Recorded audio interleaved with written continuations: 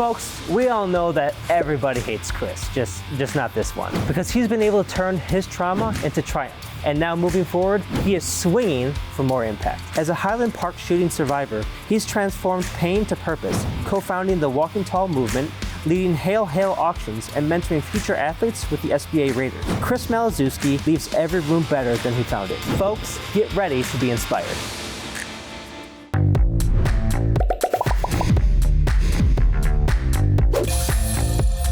Welcome back to another episode of The Locals. My name is Ryan Gladshofer, and I'm spotlighting courageous entrepreneurs, and I'm in this really cool baseball facility out in Huntley, Illinois. I want to give a quick shout out to my buddy Zach Gale over at Me to We, because I met this great gentleman over at the We Talk sessions as part of their Me to We community.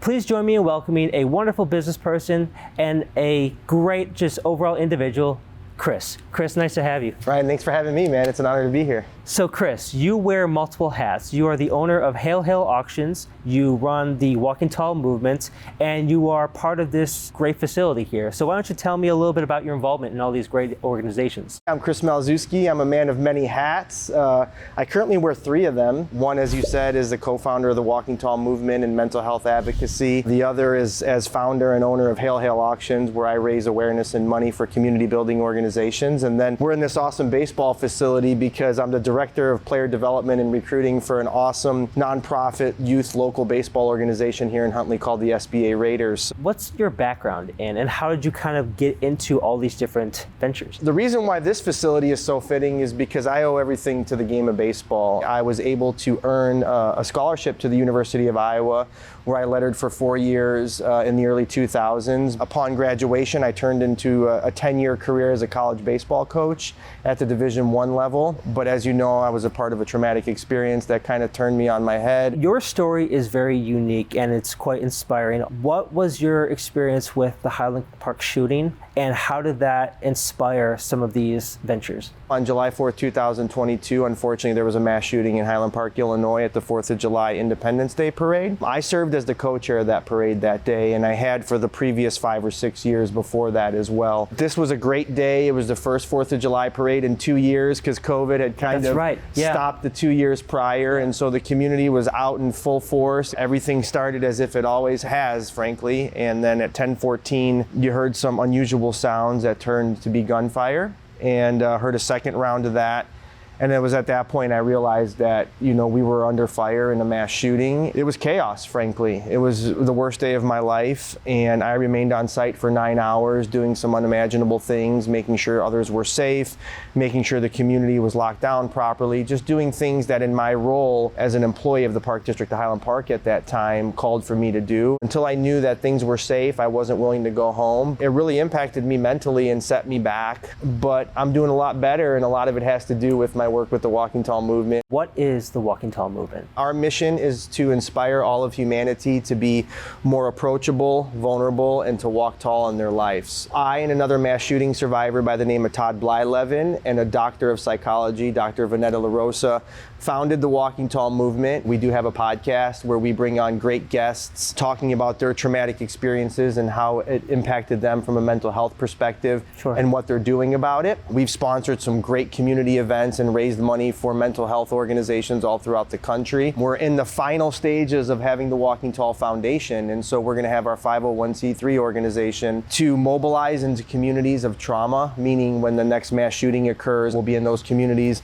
working with survivors, letting them know the resources that are available, letting them know what we experienced. We're going to fund peer support groups. It's something that saved me in many capacities, and I just hope we can help one person through our work. After that tragic event happened, did anything happen with your career moving forward? I went back to work for 10 months. It was at that point I needed to take a leave of absence and just reevaluate my own mental health, what that experience did to me. Of course. And unfortunately, after quite some time, there was a separation of employment.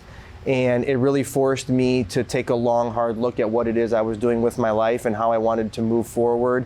One, not only to better myself, but to make the world a better place. Where along the line did Hail Hail Auctions come from? In my employment with the Park District of Highland Park, I had created a fundraising event to raise money for our scholarship fund that was focused on athletics. I had to hire an auctioneer. He said to me, hey, I think you could do what I do. And so because of Chris Hensley with Bid Raise Bid auctions, I was able to get my license license. I was able to shadow him at various events. Hail Hail Auctions. What is that named after? So if you don't know, I'm a diehard Pearl Jam fan. I've seen them 77 times all across the world. Only? Yeah, only. There's people who've seen them like 200. My favorite song of theirs is called Hail Hail, and I thought, how can I make this more reflective of me? There's two baseball bats crossed with a gavel and a microphone, because as an auctioneer, you have a gavel and a microphone, and I love baseball. What is the purpose behind Hail Hail Auctions? To raise awareness through my podcast called The Appeal and money for community building organizations. Where I really make my mark is as a live charity auctioneer, where I get on stage at a fundraising event, use my coach's voice, if you will, to command a room.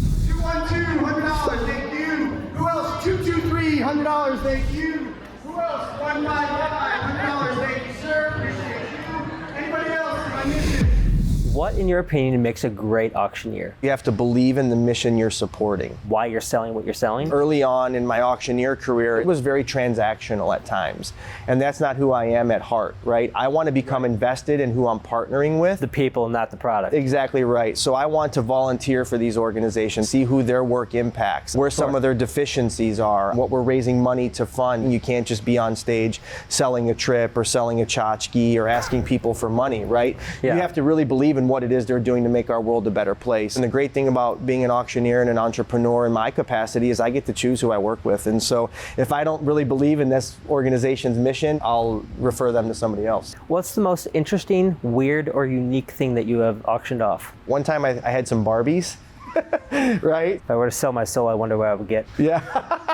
You see some great experiences. I didn't even think about that. I was only thinking about like tangible products. I can sell a Taylor Swift signed guitar like any other auctioneer, right? Oh, you'll make bank for that. We do. When you could provide experiences for people and they know what the money's going towards, it goes for big bucks. I supported a Chicago public school at their fundraising event, and fortunately one of the dads on the committee was a private chef. And he donated a party for 12 where he would come in with all the supplies and cook the dinner. That's so cool. And it sold for so much, he donated 2 more. So we sold 3 in total and raised $18,000. In this journey as an entrepreneur, what would you say have been some mistakes or some surprises that you have encountered that you had to laugh off, learn from, pivot, and move forward? I'm a pretty emotional guy. When you get bad news or when maybe you don't retain a client or the feedback isn't always positive, I take that to heart. Like that's a personal attack. What did I do? Yeah, it's like almost a personal attack on me, right? And I've had to learn that over time, that may not necessarily be the case. I have to be comfortable not being everybody's cup of tea. From all these different organizations and ventures that you have journeyed into, what has been your proudest moment and why? Wow, that's a great question. My proudest moments are through the Walking Tall movement.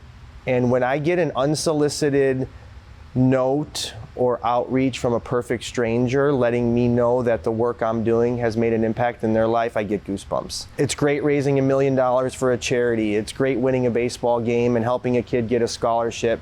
But knowing that through my advocacy and making myself vulnerable through surviving a mass shooting and advocating for those who need help mentally to get it, and knowing that that's actually making an impact really means a lot to me. With all the difficult things that you have been through and bouncing back and persevering through it all, who has been your biggest support system? My family. They've supported me, they've criticized me, they've loved me, they've hated me, they've done all the things I've needed to get to be who I am today. When you experience something like I've experienced in 2022, it changes you in ways you never anticipated and you never wanted, you never asked for. And you have to work through them to become somebody different. And really what you realize after experiencing something like I experienced, who's really there for you and who isn't, it becomes pretty evident. And it was very evident from the beginning that my family had my back.